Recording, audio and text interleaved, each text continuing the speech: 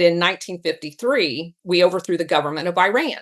And the for your audience that doesn't know the history there, the Shah had been kind of put out to pasture, if you will, because they wanted to have an election. And they had kind of a prime minister type system in Iran. And so Mossaddegh ended up being the prime minister. And Aramco, the oil entity in Saudi Arabia, had just renegotiated with Standard Oil a new contract that kind of divvied up the proceeds 50-50. And in Iran, their agreement was with what eventually becomes BP in the UK. Mm-hmm. And so Mosaddegh is looking at educating and wanting to set up hospitals and do everything the Shah had never done before throughout the entire country of Iran.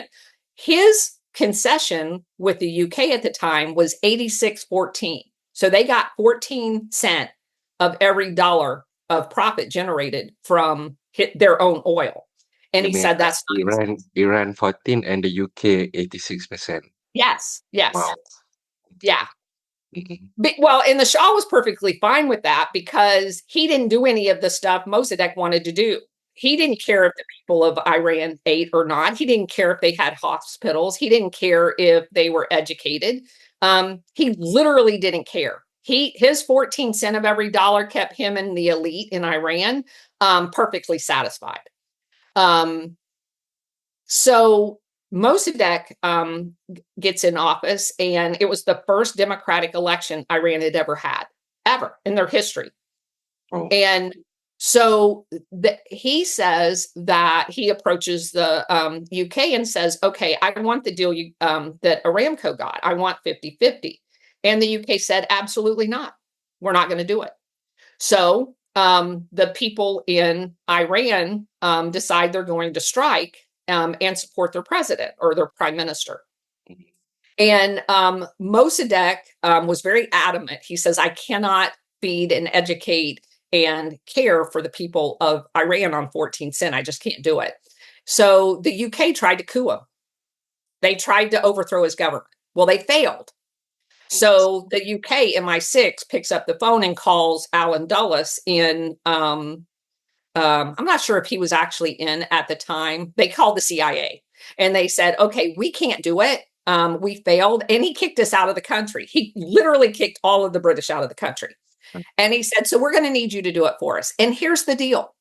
Standard Oil, if you can convince the CIA, and keep in mind that Alan Dulles and his brother, John Foster Dulles, did work for Standard Oil out of their law firm, Sullivan and Cromwell. And so they collectively decide that the United States, the CIA, is going to go over there and overthrow the government.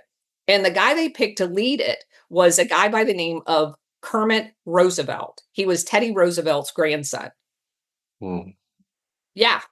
So Kermit Roosevelt goes over there, and in the build up to the overthrow, they create stay-behinds. They create stay-behind units of tribes in the south of Iran. They train them to be terrorists. They train them how to kill people, how to stage events inside of Iran under the control of the CIA. So all of the people that were out in the streets during the coup were paid operatives of the CIA. So they overthrew Mossaddegh. He lives under house arrest for the rest of his life. He never knows freedom or anything else. And they reinstall the Shah.